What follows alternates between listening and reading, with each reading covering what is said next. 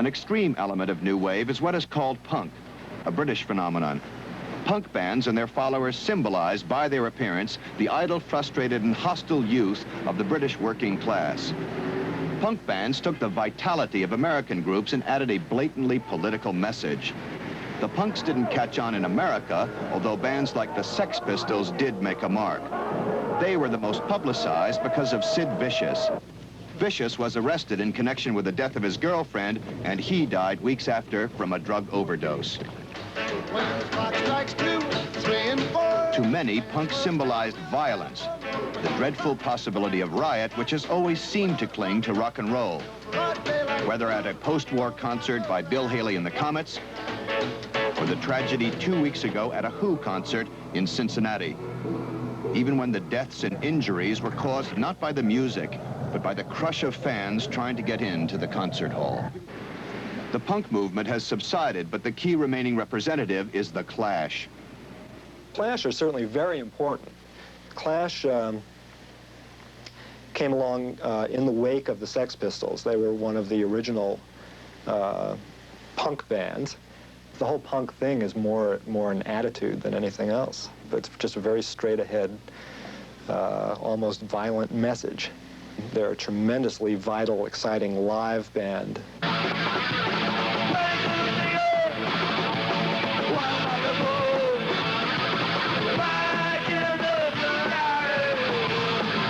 To see the Clash is exciting, even crazy. They're singing, "We're a garage band." The garage is where there are no slick studio sounds, big money, record contracts, or publicity. They'll even die for the cause.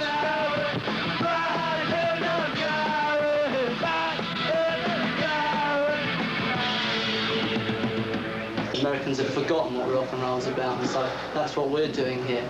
We're trying to remind them. It ain't about playing the right chord for a start.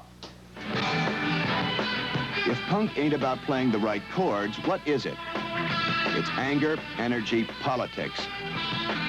In fact, many of the chords they do play are those of reggae, the syncopated third world liberation music, essentially from the Caribbean. Reggae is replacing punk as a dominant influence in British new wave music.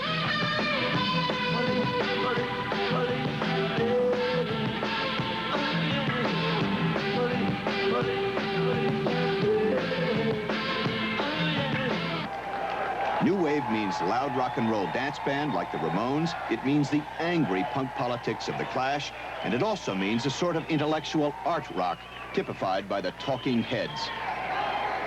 I think we get called intellectual or cerebral or whatever. Probably just because our words and the way we dress and whatnot is a little different than the rock stereotype.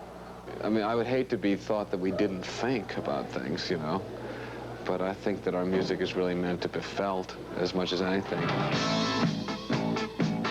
What is felt is more than a dance beat. Talking Heads are as deliberately provocative as other new wave groups. Their songs express what they think modern life is all about, absurdity and paranoia. This one's called Psycho Killer. I can't seem to face up to the facts. Tense and nervous, and I can't relax. Can't sleep, bed's on fire. Don't touch me, I'm a real live wire. Psycho killer. To the Talking Heads, the noise of the new wave is experimental music. I think that noise has become being included in music ever since, you know, all in classical music, Beethoven might have been considered noise to Mozart.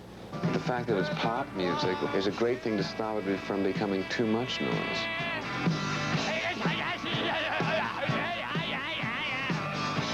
We are fainted, we are blind. I hate people when they're not polite. Psycho killer. To the record industry, this noise is beginning to be big business. Our job as a record company is to find the new talent and find the stars of tomorrow. And if this area of new wave music is a fertile field, we're going to record it and make it available to the public. And of course, this is where his new album, which is called Soldier Iggy and the Band.